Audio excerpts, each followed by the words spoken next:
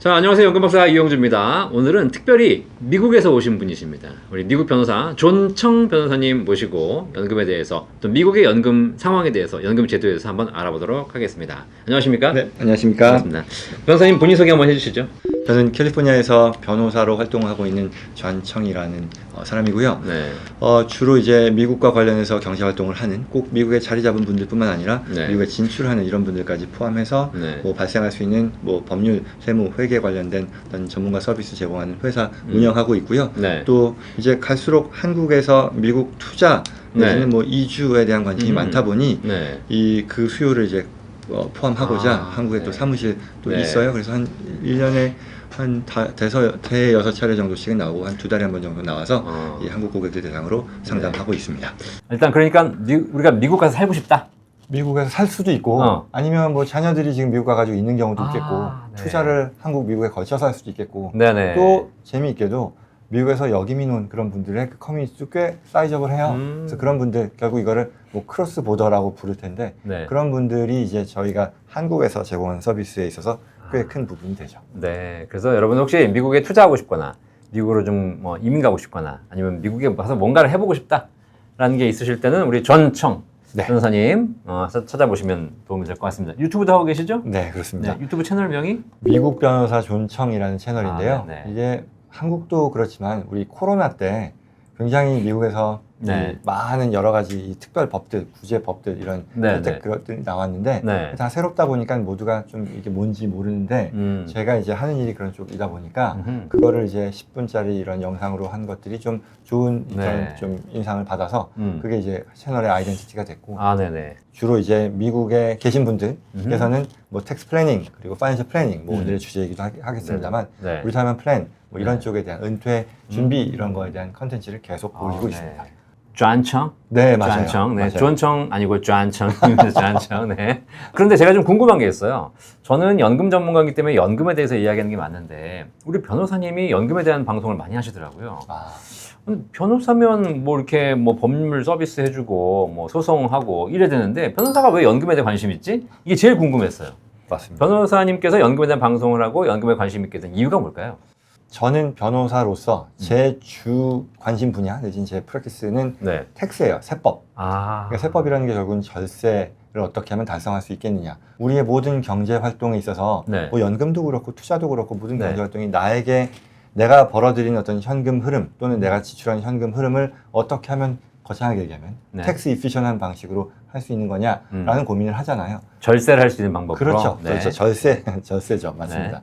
이 절세 플래닝에 대한 상담을 많이 하다 보니 네. 이게 어떤 제도, 법만으로 해결되는 게 아니라 네. 결국은 금융상품이라는 건 부동산, 뭐 주식 또는 기타 뭐 라이프 인슈런스나 연금 상품 같은 것들을 다 네. 포함해서 하나로 이제 컴바인이 됐을 때, 컴비네이션이 되었을 때 네. 정말 어떤 그 투자자에게 어떤 납세자에게 혜택으로 돌아가더라. 네. 그러다 보니 조금씩 이 법을 어떻게 구체화할 수 있는지에 대한 대상으로서 이런 금융 상품들에 관심을 갖게 됐습니다. 그러니까 텍스를 줄이려고 이제 절세 전략을 고민하시다 보니까 결국은 이거를 하는 방법이 금융 상품을 잘 활용하고 거기 관련된 세제를 잘 활용하는 것.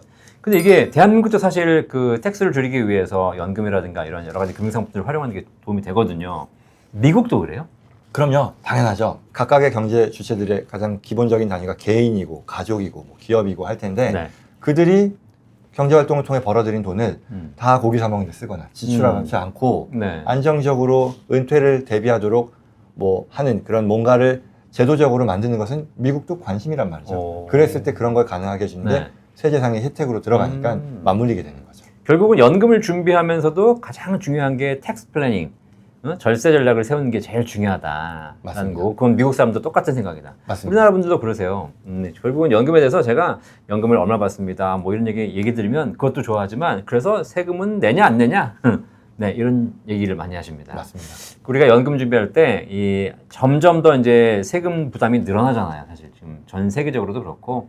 그래서 이 텍스 플래닝 관련돼 되게 중요할 거라는 생각이 듭니다. 혹시라도 미국에 관심 있으신 분들은 존청 변호사님한테 문의하시면 되고요. 그런데 제가 궁금한 게 있어요. 저는 대한민국의 연금 제도와 연금 상품들이 있는데 미국에도 이런 제도와 이런 상품들이 있나? 그리고 미국은 선진국이니까 우리보다 훨씬 더 좋은 제도를 운영하고 있을 거 아닙니까? 그런 게 좀 궁금하거든요. 네. 그래서 일단 크게 개괄적으로 네. 미국의 연금제도는 어떤 게 있다. 이런 것들 한번 좀 큰 틀에서 한번 설명해 주시죠. 우리가 연금이라 그러면 공적연금, 뭐 사적연금 또는 네. 개인연금 이렇게 나뉠 텐데 네. 공적연금은 너무나 대표적인 건데 네. 이제 사회보장제도인 거죠. 한국의 국민연금제도. 국민연금? 그렇죠. 네. 그게 당연히 미국에도 있는 거고 구체적으로는 두 개로 나뉘어요. 그래서 사회보장 텍스 그리고 메디케어 텍스라고 해서 뭐 의료보험, 이제 나이가 든 은퇴 연령의 사람들에게 국가가 제공하는 그런 어떤 의료보험 제도일 텐데요. 어떤 경제 활동을 할 때는 우리나라 마찬가지로 뭐 저 사대보험 하는 것처럼 네. 미국에서도 이 전체 소득의 15.3%만큼을 사회보장세와 이 메디케어세로서 이제 징수를 하게 되죠. 얼마 낸다고요? 15.3%. 15.3%? 그러니까 한국보다 좀 더 높을 겁니다. 그러면 그걸 전부 다 개인이 부담하는 건가요? 아니면 회사가 절반 부담해 주는 거예요? 사업을 하는 그런 어떤 자영업자의 경우는 본인이 다 부담을 하겠으나 네. 회사를 다니는 그런 종업원의 경우에서는 뭐 한국과 마찬가지로 종업원이 반, 이제 저 고용주가 반 나오게 됩니다. 15.3% 절반이니까 한 7.6%를 본인이 부담하네요. 그렇습니다. 우리나라가 현재 9%예요. 그리고서 종업원이 4.5, 회사가 4.5 이렇게 부담합니다. 그렇죠. 이게 이제 이번에 개혁돼가지고 올라가거든요. 점점 올라가서 앞으로 8년 후가 되면 13%까지 올리는데 이거 올리는 것도 엄청 힘들었어요. 사실 지금 개정하는데. 그렇구나. 근데 미국은 15.3. 그렇습니다. 본 광고는 생명보험 광고 심의 기준을 준수하였으며 유효기간은 심의일로부터 1년입니다. 이게 또 물론 좀 이건 너무 구체적인 얘기라서 적절할지는 모르겠지만 이 사회보장세, 국민연금에 해당되는 것은 소득의 어떤 실링, 이 꼭대기가 있어서 네. 일정 수준 이상의 소득에 대해서는 부과하지 않도록. 근데 지금 이 사회보장세 부분에 대한 것, 그게 네. 이제 또 금액이 실링이 천장이 이제 조금씩 높아지는 것도 역시 네. 미국에서도 한국과 마찬가지로 이게 정치적인 어떤 그 논쟁의 대상이 되기도 하고요. 예. 그리고 그 밖에 아까 얘기했던 저 메디케어 텍스라고 하는 그게 한 3% 좀 안 되거든요. 네네. 그거는 어떤 소득의 제한 없이 계속 올라가는 거니까 그 부담이 높아질 수 있고요. 우리나라도 그래요. 우리나라도 그 공적 연금의 실링, 그러니까 한계선이 지금은 얼마냐면 57만 원이에요. 그 이상 내는 사람은 없으니까 그러니까 예를 들면 삼성전자 이재용 회장도 57만 원 내는 겁니다.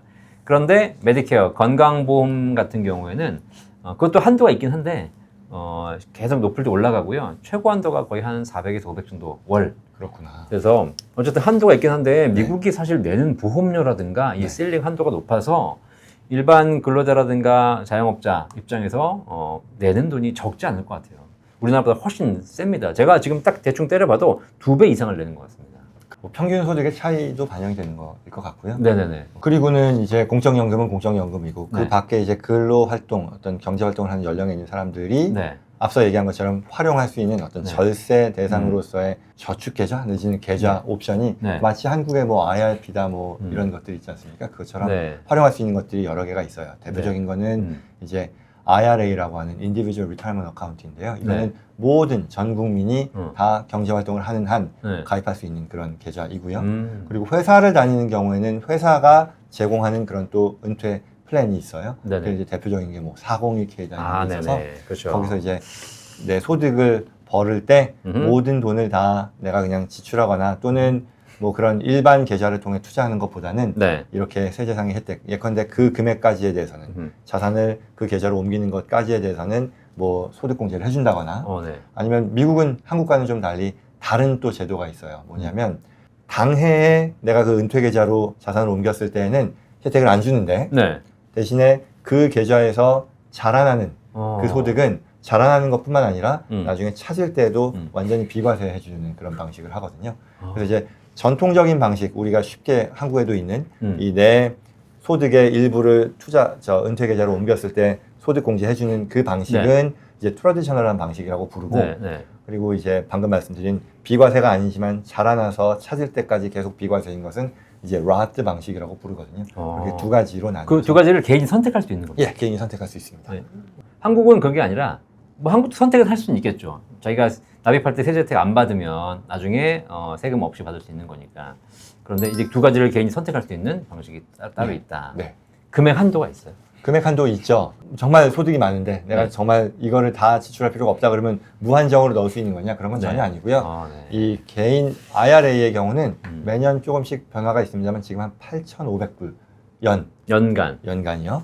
그렇게 되고요. 그다음에 401k라고 하는 것은 이 회사 그걸 제공하고 있는 회사를 다녀야 되는 건데 그렇죠. 네. 그런 회사를 다닌다고 하면 네네. 한 23,000불 네. 정도까지를 23,000 납입할 불. 수 있습니다. 일단 하나씩 그러면 좀 구체적으로 좀 한번 알아보도록 하겠습니다. 지금 말씀하신 거 보니까 공적연금 제도도 있고 401k 같은 퇴직연금 제도도 있고 그다음에 개인이 가입할 수 있는 IRA도 있고 네.